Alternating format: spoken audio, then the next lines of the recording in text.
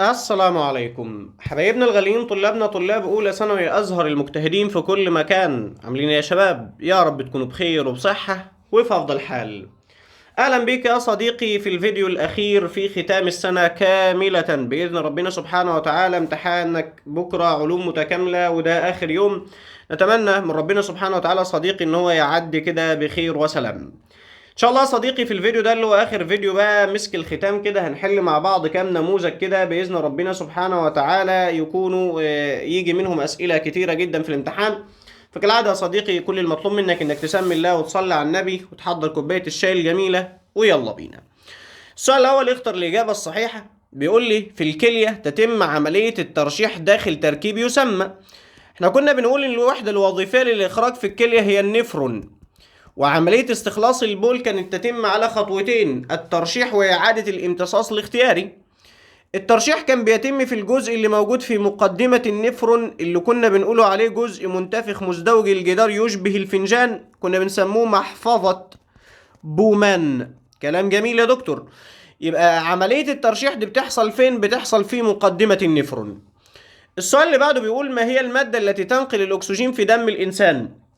اللي كان مسؤول عن نقل الأكسجين كنا بنقول كرات الدم الحمراء. طب اشمعنى كرات الدم الحمراء؟ لانها كانت بتحتوي على بروتين اسمه هيموجلوبين. حتى كنت بقول لك يا صديقي هيموجلوبين شيال الاكسجين، يبقى اجابته على طول الهيموجلوبين. الطاقة الناتجة من حرارة باطن الارض تسمى بايه؟ دي يا صديقي كان في الدرس اللي اسمه الغلاف الصخري واستدامة الطاقة. كنا بنقول إن الغلاف الصخري يعتبر مستودع لمصادر الطاقة المتجدد منها والغير متجدد. الطاقة الناتجة من حرارة باطن الأرض كانت أحد مصادر الطاقة المتجددة، وكانت تعرف باسم الطاقة الحرارية الأرضية. كلام جميل. كنا بنستخدمها إزاي؟ بنروح على الأماكن اللي الصخور بتكون فيها درجة حرارتها مرتفعة، ونعمل حفر عميقة جدا على عمق يصل 4-6 كيلو، وبعدين نضخ ميه في هذه الحفر لحد ما تحول لبخار. ناخد البخار ده نستخدمه في تدوير التوربينات. السؤال اللي بعده بيقول: اي مالي يصف النظام البيئي المتزن؟ هو فاكر يا جماعه كنا بنقوله يعني ايه نظام ديناميكي متزن؟ يعني ايه؟ ده النظام اللي كان بيحصل فيه حاله تبادل ما بين الماده والطاقه بشكل متزن، وبيكونوا كده في حاله تبادل مستقر. عشان كده لو انا جيت ابص عندي على الاختيار الف هيقول لي نظام تكون فيه المادة والطاقة في حالة تبادل مستقر. ده كلام مظبوط.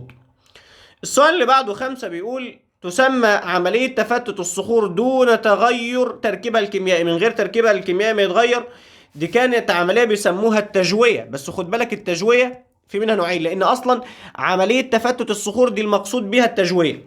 التجوية دي كان في منها نوعين: تجوية كيميائية وتجوية ميكانيكية. التجوية الكيميائية يصاحبها تغير في التركيب الكيميائي للصخر، بينما الميكانيكية لا يصاحبها تغير في التركيب الكيميائي للصخر. ما التجوية الميكانيكية دي يعني تيارات هوائية تيارات مائية غيرت أو فتتت الصخر. من مال يمثل المادة النانوية ثنائية البعد. يعني ايه مواد نانوية ثنائية البعد؟ يعني مواد نانوية عندها بعد واحد على مقياس النانو، بعدين بره مقياس النانو.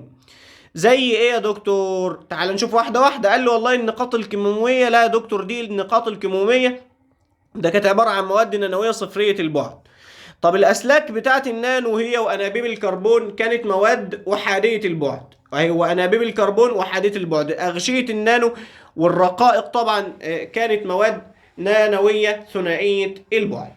صوب ما تحته خط: تستخدم جسيمات النانو من النحاس لتوصيل الأدوية لخلايا السرطان. لا، احنا كنا بنستخدم نانو الذهب، حتى كنتوا سمعتوا عنه قبل كده في العلوم في الإعدادي، وده كان من تطبيقات النانو تكنولوجي في مجال الطب. تقلل البوليمرات الحيوية من كثافة النفط. احنا ايه البوليمرات الحيوية دي يا جماعة؟ كانت بتتفرز منين البوليمرات الحيوية؟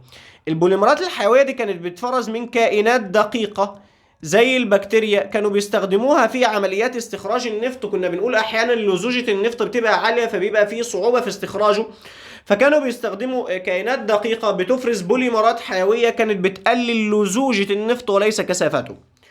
السيال العصبي ينتقل في الجسم على شكل نبضات مغناطيسية. لا، احنا كنا بنقول يا جماعة ان السيال العصبي ده اصلا عبارة عن ايه؟ السيال العصبي ده عبارة عن كهرباء بالملي فولت ذات طبيعة كيميائية، يعني أصلا هو في أصله عبارة عن كهرباء، والكهرباء دي سببها اختلاف توزيع شحنات، يبقى عبارة عن نبضات اسمها كده كهرو كيميائية، يعني كهرباء سببها اختلاف توزيع الشحنات، يعني سببها التغير بتاع العناصر او المواد زي الصوديوم والبوتاسيوم وغيره والكلور والبروتين والحاجات دي. السؤال اللي بعده يختار الإجابة الصحيحة. تعتمد تقنية كريسبر كاس 9. احنا كنا بنقول يا جماعة ان تقنية كريسبر كاس 9 دي كانت تستخدم كمقص جزيئي بيستخدم لفصل الجينات او الاجزاء المسؤولة عن حدوث الخلل او العطب، او اللي كانت مسؤولة عن ظهور بعض الامراض يعني. تصوير الخلايا بالاشعة لا. تعديل الحمض النووي صح، اللي هو المقص الجزيئي، ده كلام مظبوط. الغاز الذي يتحول إلى حمض الكربونيك عند ذوبانه في ماء المطر مسببا تجوية كيميائية، هو حمض الكربونيك ده كان إيه؟ H2CO3 صح؟ يبقى مين اللي هيدخل أو هيكون حمض الكربونيك ده؟ أكيد غاز ثاني أكسيد الكربون. تستخدم تقنية الأطواق الذكية. الأطواق الذكية اللي كانوا بيحطوها على رقبة الحيوانات كده علشان يتتبعوا الصحة بتاعة الحيوان، حالته الصحية، وعلشان كمان يتتبعوا استهلاكه للطاقة زي بتاعة الوشك الأيبيري. يبقى قياس استهلاك الطاقة وتتبع الحالة الصحية للحيوان، ده كلام مظبوط. 4. المكون الرئيسي المسؤول عن المجال المغناطيسي للأرض.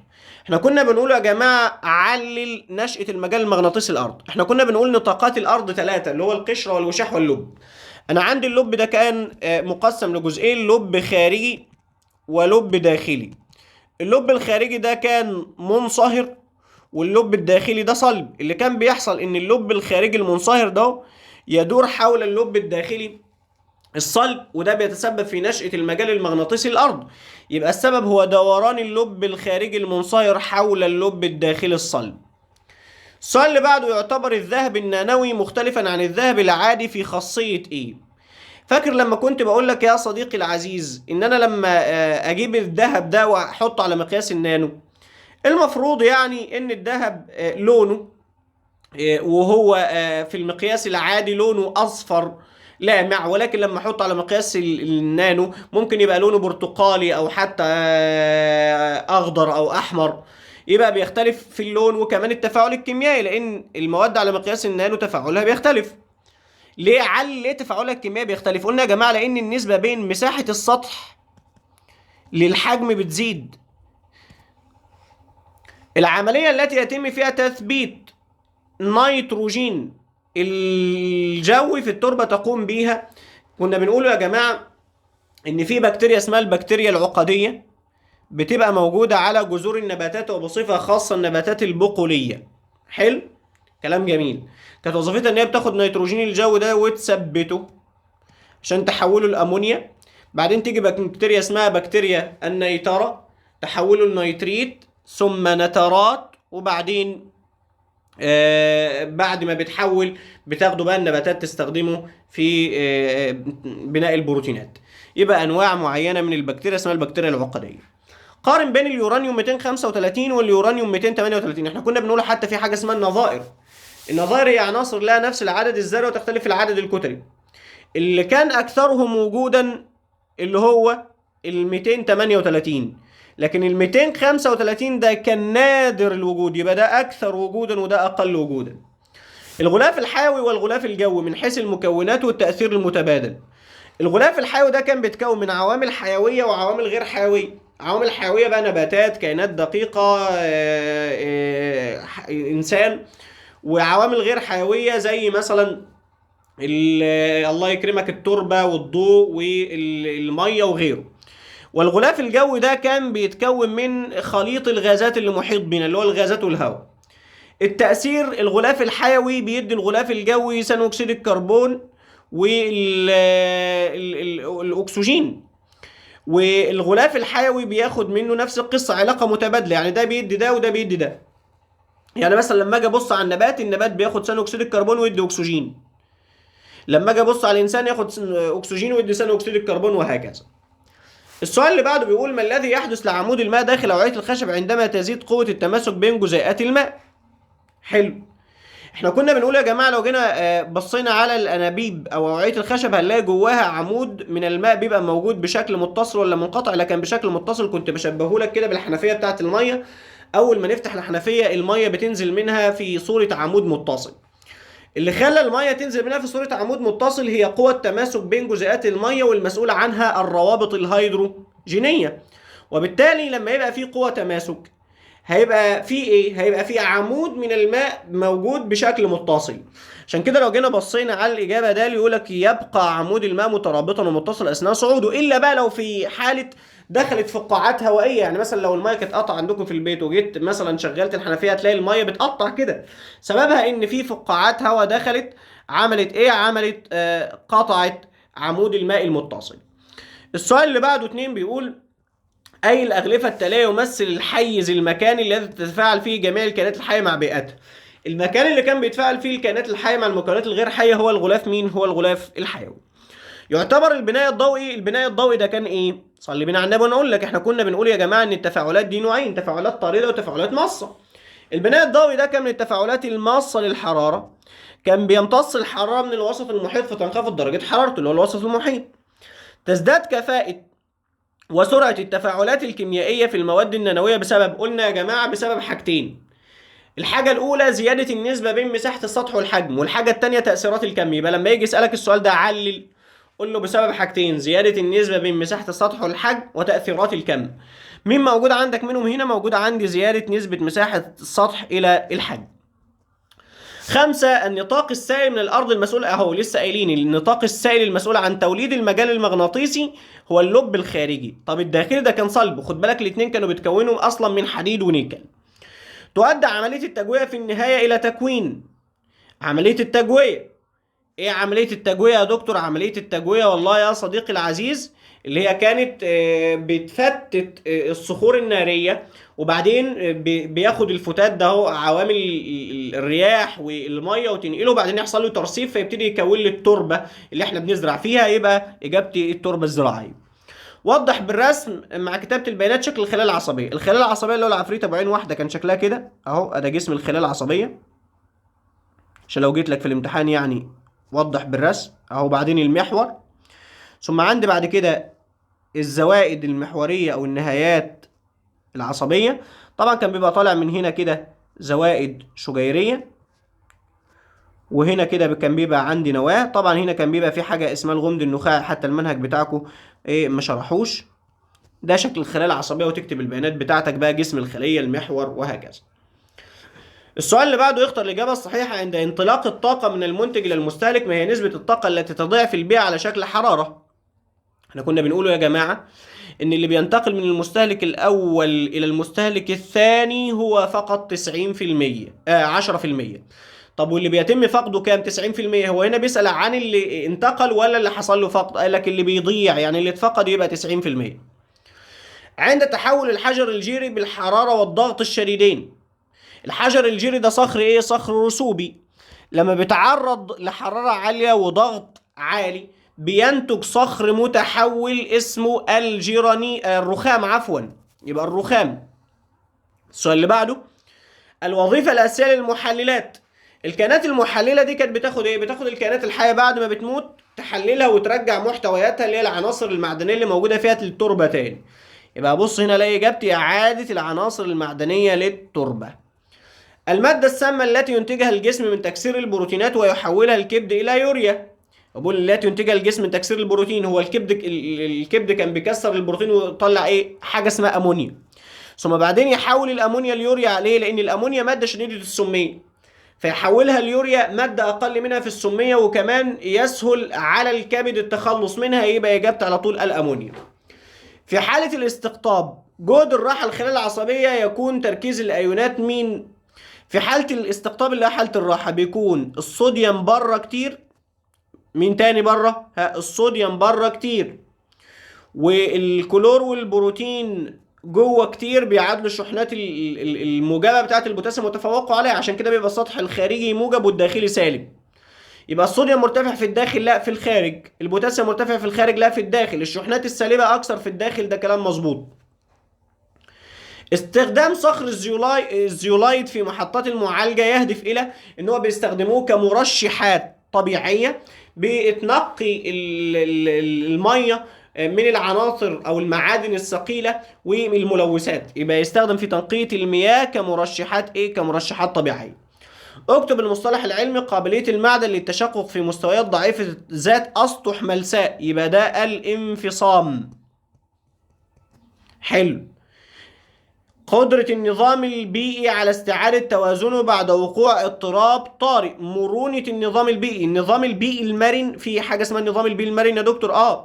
النظام البيئي المرن هو النظام اللي بيقدر يستعيد توازنه بسرعة في حالة لو حصل اضطراب. كائنات دقيقة تحسن معدل استخراج البترول الخام. دي تقنية كنا بنسموها تقنية الاستخلاص المعزز للنفط الحيوي. السؤال اللي بعده اختر الإجابة الصحيحة. أي من التغيرات التالية يؤدي إلى خلل طويل الأمد في استقرار الغلاف الحيوي؟ وشوف هنا بقول لك إيه خلل طويل الأمد. انقراض مفاجئ لنوع يمثل حلقة وصل في شبكة غذائية. ده كلام مظبوط 100%. ليه؟ لأن أنت لو عندك كائن سين، الكائن ده بيتغذى عليه كائن صاد، وصاد ده بيتغذى عليه كائن عين، وعين ده بيتغذى عليه كائن لام. إيه رأيك لو ده هو اتفقد؟ هتقول لي يحصل مشكلة لأن عين ما بيقدرش يتغذى مباشرة على سين. يعني مثلا ده غزال مثلا انقرض، فيجي الأسد ما بيقدرش يتغذى بصورة مباشرة على الأعشاب، فيحصل مشكلة لأن ده كان بيمثل حلقة وصل ما بين مستوى ومستوى تاني. السؤال اللي بعده: الفرق الجوهري بين السلسلة الغذائية والشبكة الغذائية. الشبكة كانت عبارة عن ايه؟ الشبكة يا دكتور كانت عبارة عن مجموعة من السلاسل الغذائية المتداخلة. يبقى الشبكة ما هي إلا شوية سلاسل غذائية حصل لها تداخل. يبقى تعبر عن مسار واحد؟ لا، ده اللي يعبر عن مسار واحد ده السلسلة مش الشبكة. لا تشمل المحللات لا فيها. تظهر التداخلات المعقدة وتعدد المسارات بين الكائنات. ده كلام مظبوط. تلعب البراكين دورا مزدوجا في الدورات البيوكيميائية حيث تعيد الكربون. البركان ده بيعيد الكربون منين؟ بيعيده من الغلاف الصخري للجو. طب اصلا البركان ده بيحصل فين؟ بيحصل في الغلاف الصخري، فبيطلع منه انبعاثات كربونيه. الانبعاثات الكربونيه دي بتروح على الغلاف مين؟ بتروح على الغلاف الجوي. يبقى الغلاف اللي هو كان في دوره الكربون. رقم 4 في التفاعل المصل الحراره. التفاعل المصل الحراره ده كانت قيمه الدلتا اتش بتطلع باشاره موجبه، وده معناه ان المحتوى الحراري للنواتج اكبر من المحتوى الحراري للمتفاعلات. يبقى تكون طاقة الروابط في النواتج اعلى من المتفاعلات.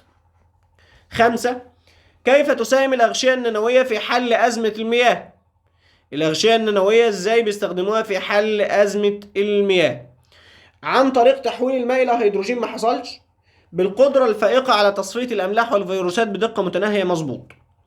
تتميز الخلايا الشمسية النانوية على الخلايا التقليدية في أنها أقل تكلفة وأعلى كفاءة في امتصاص الضوء. صح طبعا، لأن احنا قلنا يا جماعة إن قدرة المواد النانوية وتفاعلاتها الكيميائية أقوى وأسرع من المواد في الأحجام الطبيعية بتاعتها.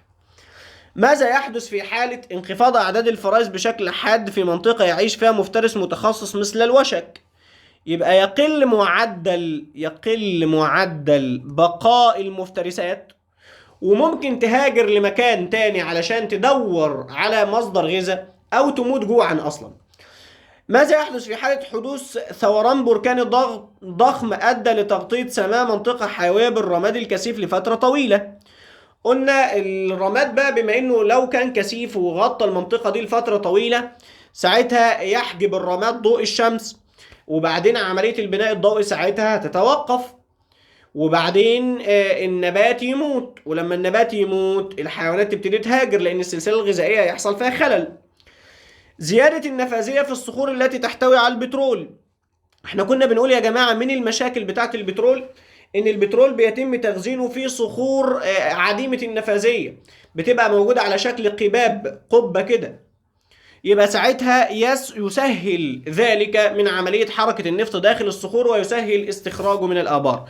يبقى ساعتها عملية استخراج النفط هتكون عملية سهلة وبسيطة. ده الاختبار الأول. تعال بقى ناخد مع بعض الاختبار الثاني. السؤال الأول ألف اختر الإجابة الصحيحة. حلقة الوصل بين المكونات غير الحية والمكونات الحية في النظام البيئي هو مين؟ يعني مين اللي كان بيوصل المكونات الحية بالغير حية؟ صلوا بينا على النبي يا عم الحاج. ومن المكونات الحية الكائنات ومن الغير حية الغلاف الصخري. هو مين اللي كان بياخد الكائنات الحية بعد ما بتموت يحللها ويرجع العناصر المعدنية والمحتويات بتاعتها للتربة؟ البكتيريا المحللة. يبقى إجابة على طول البكتيريا المحللة. المصدر الذي يعوض النقص الدائم في الطاقة داخل الغلاف الحيوي.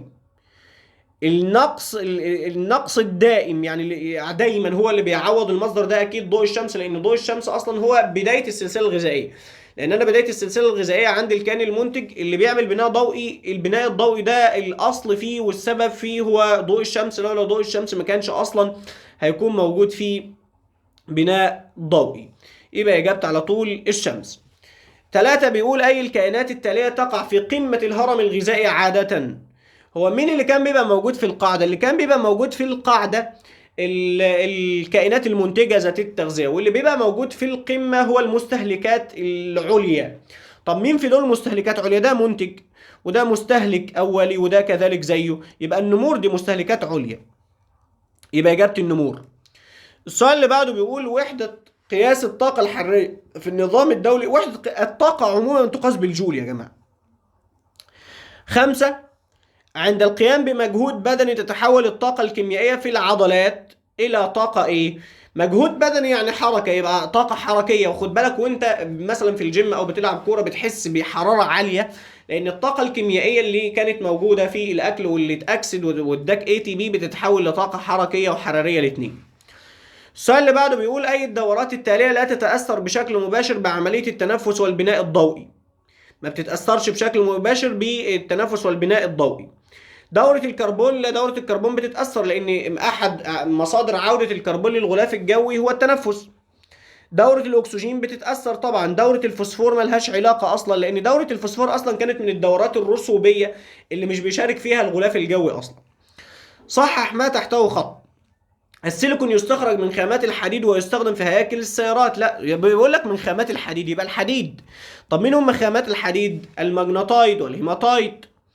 الزوائد المحورية هي التي تستقبل، طالما قال لك تستقبل يبقى الزوائد الشجيرية في خلايا الوقود الحيوي يتم تحويل الطاقة الكيميائية إلى حرارية لا إلى كهربية. لأن احنا كنا بنقول يا جماعة إن الفرق ما بين الخلايا العادية وخلايا الوقود الحيوي ان خلايا الوقود الحيوي بتعمل ايه؟ خلايا الوقود الحيوي كل اللي بتعمله يا جدعان ان هي بتاخد الجلوكوز تاكسده، فاكسده الجلوكوز تدي الكترونات، الالكترونات دي تبتدي تمشي من القطب السالب للقطب الموجب فينشا عنها تيار كهربي. السؤال الثاني الف يختار الاجابه الصحيحه. احدى فوائد النانو في الطب هي التوصيل الذكي للادويه. معناه ايه يا جماعه؟ معناه ان انا فاكر التقنيه دي كنا بنسموها العلاج الموجه، ان انا اوجه العلاج للخلايا المصابه فقط، وبالتالي فعاليه الدواء تبقى اعلى واثاره الجانبيه تقل. يبقى حقن المريض بكميه كبيره من الدواء، لا ده احنا قلنا فعاليتها تبقى اقوى. تقليل سرعه الامتصاص، لا طبعا. توجيه الدواء للخلايا المصابه فقط دون السليمه، ده كلام مظبوط اللي هو العلاج الموجه. يبلغ سمك القشره المحيطيه. القشره المحيطيه كان سمكها معروف من 5 ل 10. القاريه كان سمكها كبير، متوسطه 60، كانت من 10 ل 100 تقريبا يعني. الطبقة التي تمثل الكتلة الأكبر من حجم الأرض. الكتلة الأكبر من حجم الأرض كان الوشاح، حتى سمكه مش عليك 2900 كيلو متر. تسمى الصخور الناتجة عن تعرض صخور قديمة لضغط وحرارة شديدين. وبقول لك لضغط وحرارة شديدين. هو مين اللي كان بيتكون لما الصخور القديمة اللي هي الرسوبية يعني لما بتتعرض لضغط عالي وحرارة عالية بتتحول لصخور تانية اسمها الصخور المتحولة؟ يبقى إجابة على طول الصخور المتحولة. يتم استخراج الغاز الطبيعي غالبا من طبقات صخرية غير مسامية. لأن احنا قلنا يا جماعة، انت فاكر مش الغاز الطبيعي ده من مكونات الوقود الحفري؟ قلنا من مشكلة الوقود الحفري ان هو بيبقى مخزن داخل صخور غير منفذة على شكل قباب. 6 عملية التكرير البترول تهدف إلى، كنا بنقول اللي هي عملية التقطير التجزيئي للبترول. لو انت فاكرها ان انا باخد البترول الخام ادخله داخل افران وارفع درجة حرارته لحد 100 لحد ما يتحول لخليط من الابخرة، بنعدها على ابراج اسمها ابراج التقطير، يبتدي نفصل مكوناته، يبقى الغرض منها فصله الى مشتقاته مثل البنزين والسولار. اكتب المصطلح العلمي. نظام ضخم متكامل يضم جميع الكائنات الحية والبيئات التي تعيش فيها، ده طبعا الغلاف الحيوي. نمط الكسر لا يتبع الكسر امتدادات بلوريه. احنا كنا بنقول يا جماعه في حاجه اسمها المكسر وحاجه اسمها الانفصام. لو بيتبع امتدادات بلوريه محدده ده اسمه انفصام. طب لو لا يتبع امتدادات بلوريه محدده ده اسمه المكسر. هي مواد لا يقع اي من ابعادها في المقياس النانوي، اللي ما كانش عندها ولا بعد على مقياس النانو كان اسمها المواد النانويه ثلاثيه الابعاد. امال ليه يا دكتور قلت عليها مواد نانويه؟ لان بنيتها وتركيبها الداخلي كان عباره عن جسيمات نانويه. السؤال اللي بعده ألف، اختر الإجابة الصحيحة. الزيولايت مادة طبيعية تستخدم بكفاءة. الزيولايت ده أصلا كان صخر، قلنا من شوية إن إحنا بنستخدموه في محطات معالجة وتنقية المية، يبقى معالجة المياه الملوثة. الربط بين دورة الكربون والبناء الضوئي تعتبر دورة الكربون والبناء الضوئي دي تعتبر علاقة تكاملية. ليه؟ لأن النبات بيسحب ثاني أكسيد الكربون، وبعدين بياخد الكربون ده يبتدي ينتقل من النبات عبر السلسله الغذائيه للاجزاء الكائنات المختلفه، وبعدين الكائنات دي بعد ما بتموت بتتحلل ويبتدي يعود تاني للغلاف الجوي بعلاقه تكامليه يعني. 3. النطاق الذي نعيش فوقه مباشره، اللي احنا عايشين فوقه على طول ده القشره، دي القشره الارضيه. ما هي المادة التي تعود للتربة بفضل المحللات؟ العناصر المعدنية المغذية. يتميز الوشاح السفلي بأنه صلب نتيجة إيه؟ نتيجة الضغط الشديد، هو اللي بيخلي الحاجة صلبة إيه؟ الضغط العالي. عشان كده حتى كنا بنقول بالرغم من إن درجة حرارة اللب الداخلي عالية جدا ولكنه موجود في صورة صلبة، والسبب في كده هو الضغط العالي. السؤال اللي بعده السؤال 6 بيقول أي الكائنات الحية التالية لا يصنع غذاءه بنفسه؟ يعني إيه لا يصنع غذاءه بنفسه؟ يعني مش ذات التغذية. الطحالب ذاتية، بناء ضوئي ذاتي، الأشجار ذاتية، الفطريات لا دي كانت كائنات غير ذاتية التغذية. علل تناقص الطاقة المتاحة في المستويات العليا للهرم الغذائي. قلنا لأن معظم الطاقة تضيع، اللي هو تقريبا كان كام في المية؟ 90% كحرارة أثناء التنفس والعمليات الحيوية، ولا ينتقل منها سوى 10% للمستوى التالي. يسمى الهيدروجين الطبيعي باسم الهيدروجين الأبيض. قلنا لأنه يتكون طبيعيا بشكل طبيعي داخل الغلاف الصخري دون تدخل الإنسان. تلعب المعادن دورا مهما في استقرار الأرض واستمراريتها.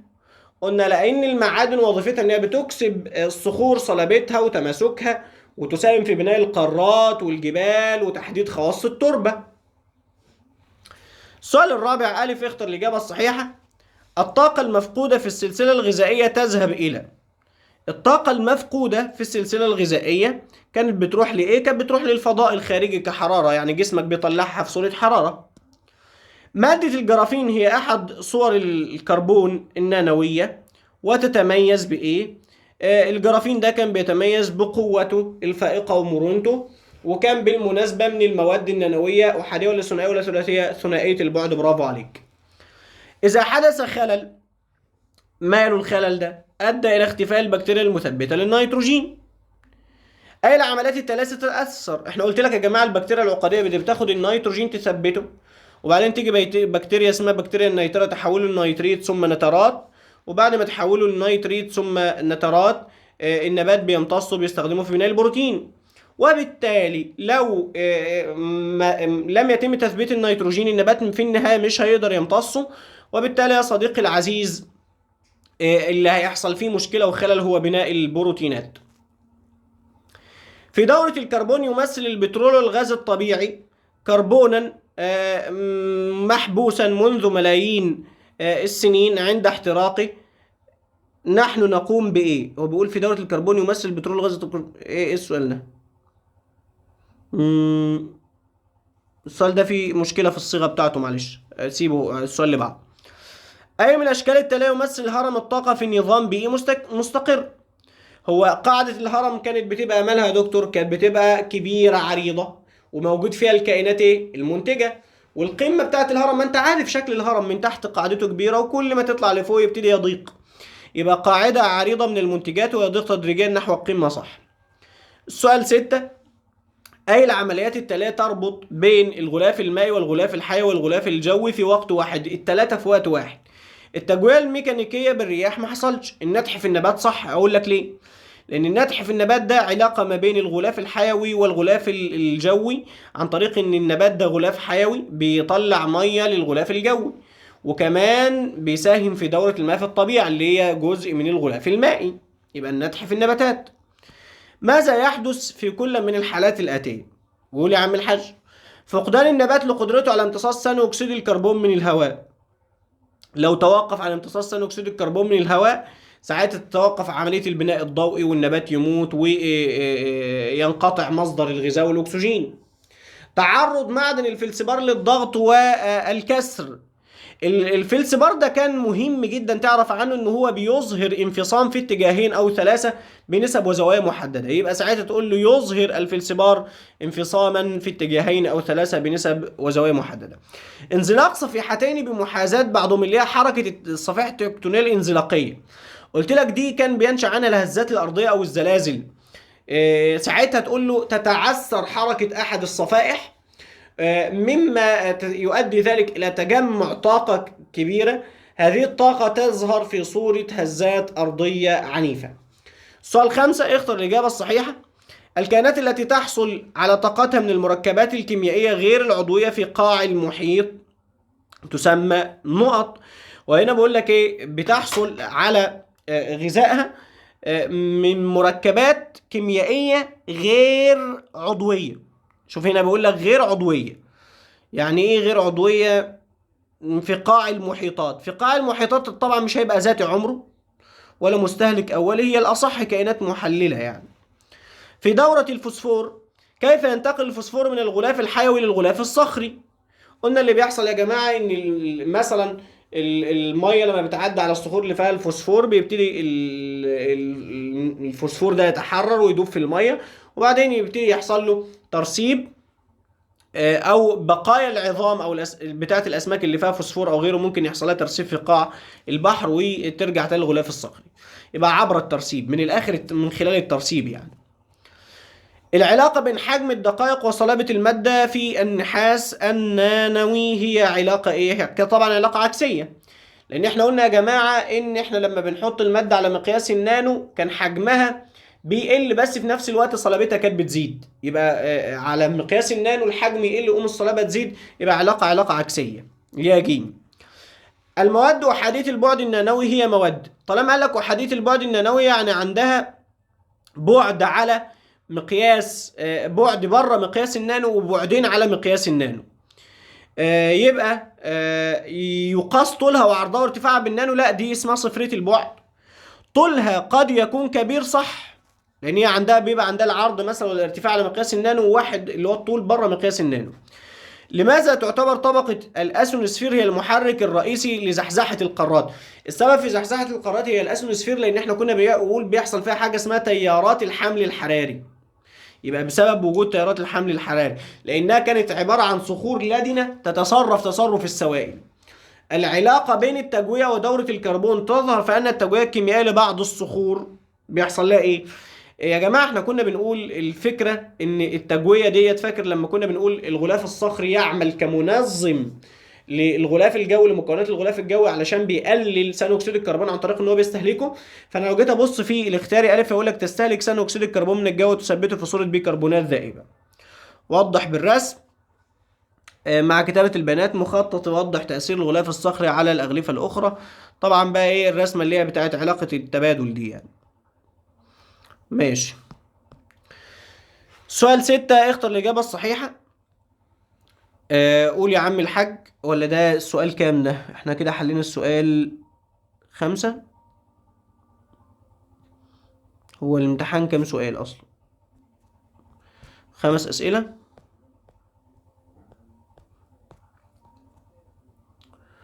فين يا ولدي يا ولدي يا ولدي؟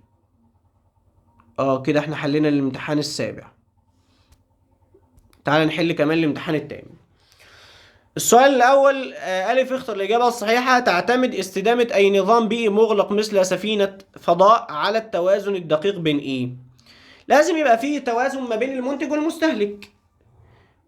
ما هو ما ينفعش مثلا المستهلكات تبقى عالية والمنتجات قليلة، ساعتها المنتجات عادة هتنقرض ويحصل مشكلة. يبقى المنتجات والمستهلكات. إذا تم إدخال نوع غريب لمفترس قوي في جزيرة منعزلة، التوقع الأكثر دقة. وبقول لك مفترس قوي في جزيرة منعزلة. زيادة التنوع البيولوجي، لا، ما هو انت طالما دخلت مفترس قوي ساعتها بقى يحصل مشكلة، ما يبقاش فيه تنوع بيولوجي ولا حاجة. انهيار الشبكة الغذائية الأصلية وانقراض بعض الأنواع المحلية، صح، لأنه يقول لك مفترس قوي يعني عنده شراهة. لا، السؤال اللي بعده، أي مالي يصف جزيء ATP بشكل دقيق؟ هو المخزن الرئيسي والوحيد للطاقة طويل الأمد مثل الدهون؟ لا، مش طويل الأمد، هو النقل الفوري، صح، كنا بنقول ال ATP ده شيال، بياخد الطاقة الناتجة من أكسدة الجلوكوز ويخزنها في الروابط اللي هي موجودة بين مجاميع الفوسفات. دورة الصخور في الطبيعة تتضمن إيه؟ فناء الصخور للأبد؟ لا.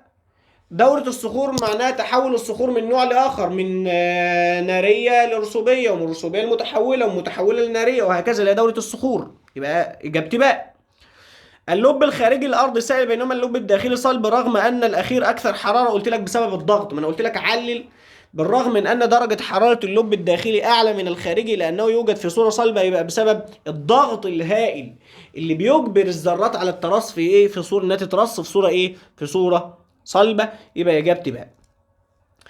إذا بدأنا سلسلة غذائية ب1000 كيلو جول من العشب، فإن كتلة المستهلك الأول المتوقعة هي نقط كيلو جرام، قصدي يعني. هنا بقول لك بدأناها ب1000 كيلو جرام. المفروض ان انا وانا طالع في هرم الكتل الحيوية برضو كانت الاعداد او الكتلة الحيوية بتقل، فالمفروض ان هي هتبقى اقل من 1000 جول. بس هتقل بقد ايه؟ احنا كنا بنقول 10% من كتلة الاول، فلو ده 1000 يبقى 10% من ال1000 اللي هي 100 كيلو جرام. أعلل، تحتفظ التربة والرواسب الصخرية بمعادن الفلسبار والكوارتز لفترات زمنية طويلة. قلنا لأن أنا لما أجي أبص على الفلسبار والكوارتز دي معادن بتحتوي على مجموعة السيليكات، ودي مقاومة للذوبان في الأحماض الضعيفة. حتى كنا بنقول إزاي تفرق ما بين السيليكات والكربونات الذوبانية في الأحماض الضعيفة. تعتبر الشبكة الغذائية نموذجا أكثر دقة من السلسلة الغذائية. قلنا لأن الكائن الحي في الغالب يتغذى على انواع متعدده، يعني مثلا الاسد هل بيتغذى على الغزلان بس؟ لا، غزلان وجاموس وابقر وغيره. حلو. ويأكل من انواع متعدده مما يجعل العلاقات متداخله ومعقده، فعشان كده لو تاخد بالك السلسله الغذائيه هتوضح لك ان هو بيتغذى على نوع واحد، لكن هو في الحقيقه بيتغذى على اكثر من نوع. كلام جميل، كلام جميل. السؤال اللي بعده، يلعب الغلاف الصخري دورا حيويا في استقرار النباتات؟ لان احنا كنا بنقول ان الغلاف الصخري ده يا جماعه يعمل كخط انتاج طبيعي بيمد النباتات بالعناصر الغذائيه اللازمه للنمو. السؤال الثاني، اختر الاجابه الصحيحه. يطلق على مجموعه الافراد من نفس النوع. مجموعه افراد من نفس النوع دول كنا بنسموهم الجماعه الحيويه. الغاز التي يتم تثبيته بواسطه البكتيريا العقديه كان غاز النيتروجين. في دورة الكربون تطلق الحيوانات غاز ثاني أكسيد الكربون عبر عملية التنفس. وأنت بتتنفس إيه؟ بتطلع ثاني أكسيد الكربون. 4. هي مال يمثل تفاعل كيميائي طارد للحرارة. صهر الجليد ده ماس، تبخر المية الماس، ما هو الاتنين زي بعض. احتراق الخشب ده طارد طبعا. السؤال اللي بعده، تكنولوجيا النانو تتعامل مع المواد يتراوح حجمها ما بين كام؟ كنا بنقوله يا جماعة ما بين 1 ل100. قلت لك ازاي تعرف البعد نانو ولا لا؟ قلت لك المواد على مقياس النانو بتتكتب بصيغه من اتنين، رقم وجنبه نانومتر. لازم يكون الرقم ده يتراوح ما بين 1 ل100. حلو. واما تتكتب رقم في 10 اس سالب رقم. هتبص على الاس الاول، لو كان سالب 8 وسالب 9 يبقى لازم الرقم ده هو يبقى من 1 ل9. ولو كان سالب 7 يبقى لازم الرقم ده هو يكون اقل من او يساوي الواحد، يبقى اجابتي من 1 ل100 نانومتر. يستخدم السيليكون المستخرج من الرمال، بيستخدموه في صناعة ايه؟ السيليكون المستخرج من الرمال طبعا في الرقائق او الشرائح الالكترونية. علل. طيب لو قلت لك السؤال ده علل، يبقى بسبب قدرته على التحكم في مرور تيار كهربي. اكتب المصطلح العلمي تحديد انواع العناصر وسبب ونسب وجودها، ده اسمه التركيب الكيميائي للمعدن. نسبة كتلة حجم معين مادة لكتلة نفس الحجم دي حاجة اسمها الوزن النوعي. من غير ما اكمل، كائنات حية قادرة على صنع غذاء بنفسها دي الكائنات المنتجة أو الكائنات ذاتية التغذية.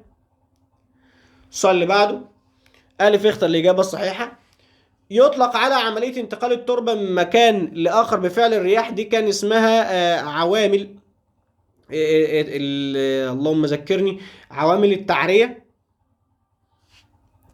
وثم بعد هو الأول بيحصل تجوية اللي هو تفتت الصخور، ثم تعرية، ثم ترسيب.